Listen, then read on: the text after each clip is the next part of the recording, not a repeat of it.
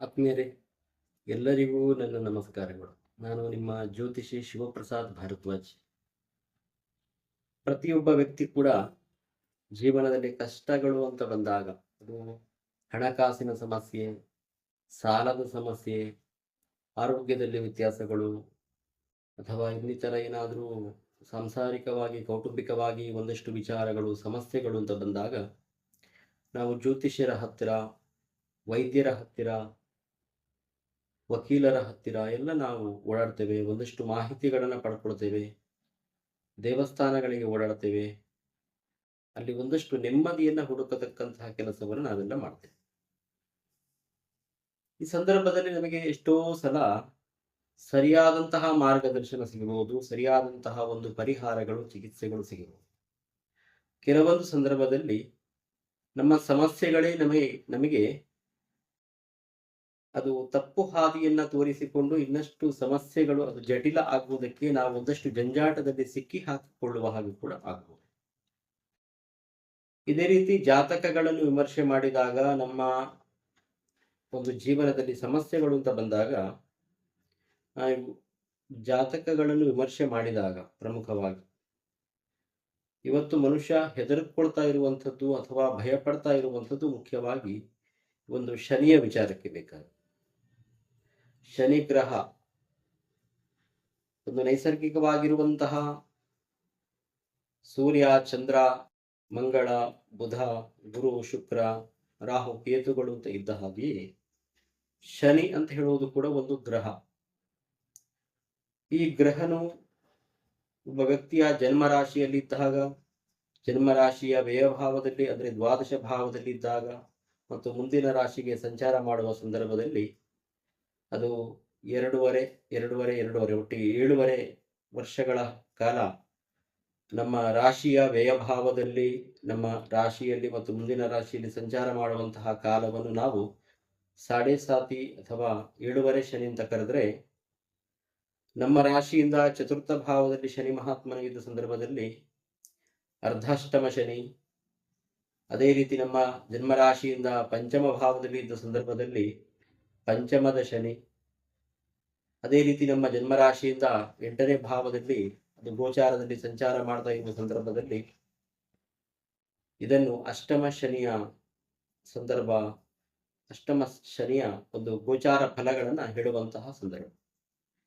ಈ ಸಂದರ್ಭದಲ್ಲಿ ನಾವು ಸಾಮಾನ್ಯವಾಗಿ ನಾವು ಕಳೆದ ಜನ್ಮದಲ್ಲಿಯೋ ಈ ಜನ್ಮದಲ್ಲಿಯೋ ಮಾಡಿರುವಂತಹ ಪುಣ್ಯಾಂಶಗಳಿಗೆ ಒಂದಷ್ಟು ಪುಣ್ಯದ ಫಲವನ್ನು ನಾವು ಗೊತ್ತಿದ್ದೋ ಗೊತ್ತಿಲ್ಲದೆಯೋ ಮಾಡಿರತಕ್ಕಂತಹ ಒಂದಷ್ಟು ಪಾಪಕರ್ಮಗಳಿಗೆ, ಅನ್ಯಾಯಗಳಿಗೆ, ಅನಾಚಾರಗಳಿಗೆ ಅದರ ದುಪ್ಪಟ್ಟು ನಮಗೆ ಒಂದಷ್ಟು ಕಷ್ಟಗಳು ಒದಗಿ ಬರ್ತವೆ. ಯಾಕೆಂದ್ರೆ ನಾವು ಮಾಡಿದ ಕರ್ಮಗಳ ಫಲವನ್ನೇ ನಾವು ಅನುಭವಿಸುವಂಥದ್ದು. ಆದರೆ ಎಲ್ಲ ಗ್ರಹಗಳ ಹಾಗೆಲ್ಲ ಈ ಗ್ರಹನ ಸಂಚಾರದ ಫಲದಲ್ಲಿ, ಅಂದರೆ ಶನಿ ಮಹಾತ್ಮನ ಈ ಸಂಚಾರದ ಸಮಯದಲ್ಲಿ ಏನಾದರೂ ಬೀಳುವಂಥದ್ದು, ಕೈ ಕಾಲಿಗೆ ಫ್ರ್ಯಾಕ್ಚರ್ಗಳಾಗುವಂಥದ್ದು, ಅಥವಾ ಇನ್ನಿತರ ರೋಗ ರುಜಿನಗಳು ಬಂದು ಆಸ್ಪತ್ರೆ ವಾಸವನ್ನು ಅನುಭವಿಸುವಂಥದ್ದು, ಒಂದಷ್ಟು ಆಸ್ಪತ್ರೆಗಳಿಗೆ ಅಥವಾ ಜಾಗದ ವಾದ ವಿವಾದಗಳಿಗೆ ಹಣಕಾಸು ಖರ್ಚು ಆಗುವಂಥದ್ದು, ಕೆಲವು ಸಂದರ್ಭದಲ್ಲಿ ಏನಾದರೂ ದುಷ್ಟ ವ್ಯಸನಗಳಿಗೆ ಒಳಗಾಗುವಂಥದ್ದು. ಈಗಿನ ಕಾಲದಲ್ಲಿ ನೋಡ್ತೇವಲ್ಲ, ಆನ್ಲೈನ್ ಗೇಮ್ಗಳು, ಅಥವಾ ಸರಿಯಾದ ಮಾಹಿತಿ ಇಲ್ಲದೆ ಷೇರು ಮಾರ್ಕೆಟ್ಗಳಿಗೆ ಇನ್ವೆಸ್ಟ್ ಮಾಡಿಕೊಂಡು ದುಡ್ಡನ್ನು ಕಳ್ಕೊಳ್ಳುವಂಥದ್ದು. ಒಟ್ಟಿನಲ್ಲಿ ಹಠಾತ್ತನೆ ನಷ್ಟ ಆಗುವುದಕ್ಕೆ, ಭೂಮಿಯನ್ನು ಕಳೆದುಕೊಳ್ಳುವುದಕ್ಕೆ, ಅಥವಾ ಒಂದಷ್ಟು ವ್ಯಾಜ್ಯಗಳು ಕಾರಣ ಆಗುವುದಕ್ಕೆ ನಾವು ಮಾಡಿದ ಕರ್ಮಗಳೇ ನಮಗೆ ಅದು ಆ ಸಮಯದಲ್ಲಿ ಪಾಠವನ್ನು ಕಲಿಸ್ತಾ ಹೋಗ್ತವೆ. ಆದ್ದರಿಂದ ನೈಸರ್ಗಿಕವಾಗಿ ನಮಗೆ ಒಬ್ಬ ಉತ್ತಮವಾದಂತಹ ನ್ಯಾಯಾಧೀಶ ಅಂತ ಹೇಳಿದರೆ ಅವನು ಶನಿ ಮಹಾತ್ಮ. ಈ ಸಂದರ್ಭದಲ್ಲಿ ಭಯ ಪಡುವಂಥದ್ದಲ್ಲ.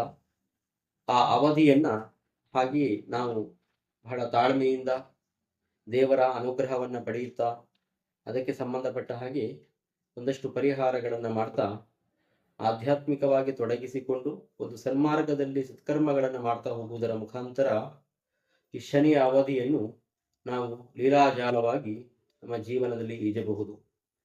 ಅದಕ್ಕೆ ಒಂದು ಉತ್ತಮವಾದಂತಹ ಪರಿಹಾರ ಅಂತ ಹೇಳಿದ್ರೆ, ಇಲ್ಲೊಂದು ಪುಸ್ತಕ ತೋರಿಸ್ತಾ ಇದ್ದೀನಿ ನೋಡಿ, ಹನುಮಾನ್ ಚಾಲೀಸ ಅಂತ. ಈ ಹನುಮಾನ್ ಚಾಲೀಸ ಅಂತ ಹೇಳತಕ್ಕಂತಹ ಈ ಪುಸ್ತಕ ಎಲ್ಲರಿಗೂ ಬಹಳ ಪ್ರಯೋಜನಕಾರಿ. ಈ ಹನುಮಾನ್ ಚಾಲೀಸವನ್ನ ಅಭ್ಯಾಸ ಮಾಡುವುದರಿಂದ, ಪ್ರತಿನಿತ್ಯವೂ ಕೂಡ ಅದನ್ನು ಪಠನೆ ಮಾಡುವುದರಿಂದ ಈ ಒಂದು ಕಷ್ಟಗಳಿಂದ ನಾವು ಪಾರಾಗಬಹುದು. ಅದೇ ರೀತಿ ಪ್ರತಿ ಶನಿವಾರವೂ ಕೂಡ ಎಳ್ಳೆಣ್ಣೆಯಲ್ಲಿ ನಮ್ಮ ಮುಖದ ಬಿಂಬವನ್ನು ನೋಡಿ ಆ ಎಣ್ಣೆಯನ್ನು ಶನಿ ಮಹಾತ್ಮನ ದೇವಸ್ಥಾನಕ್ಕೆ ಅಥವಾ ಹನುಮಂತನ ದೇವಸ್ಥಾನಕ್ಕೆ ಸಮರ್ಪಣೆ ಮಾಡುವಂಥದ್ದು. ಆಂಜನೇಯ ಸ್ವಾಮಿ ಕ್ಷೇತ್ರದಲ್ಲಿ ಒಂದಷ್ಟು ಸೇವೆಗಳನ್ನು ಮಾಡ್ತಾ ಬರುವಂಥದ್ದು. ಎಲ್ಲದಕ್ಕಿಂತ ಪ್ರಮುಖವಾಗಿ ನಾವು ಈ ಸಂದರ್ಭದಲ್ಲಿ ಅಂತಲ್ಲ, ಜೀವನ ಪರ್ಯಂತ ಆದಷ್ಟು ಸತ್ಕರ್ಮಗಳನ್ನು ಮಾಡುವುದಕ್ಕೆ ನಾವು ನಮ್ಮನ್ನು ತೊಡಗಿಸಿಕೊಳ್ಬೇಕು. ಈ ಮುಖಾಂತರ ಈ ಪಂಚಮ ಶನಿ, ಅರ್ಧಾಷ್ಟಮ, ಅಷ್ಟಮ ಶನಿ, 7.5 ಶನಿಯ ಸಂದರ್ಭದಲ್ಲಿ ನಾವು ಬರತಕ್ಕಂತಹ ಕಷ್ಟಗಳಿಂದ ಒಂದಷ್ಟು ಪಾರಾಗಬಹುದಾಗಿದೆ. ಮತ್ತೆ ಮುಂದಿನ ವಿಡಿಯೋದಲ್ಲಿ ಸಿಗುವ ಒಂದಷ್ಟು ಮಾಹಿತಿಗಳೊಟ್ಟಿಗೆ ಮತ್ತೊಮ್ಮೆ ಬರ್ತೇನೆ. ನಮಸ್ಕಾರ.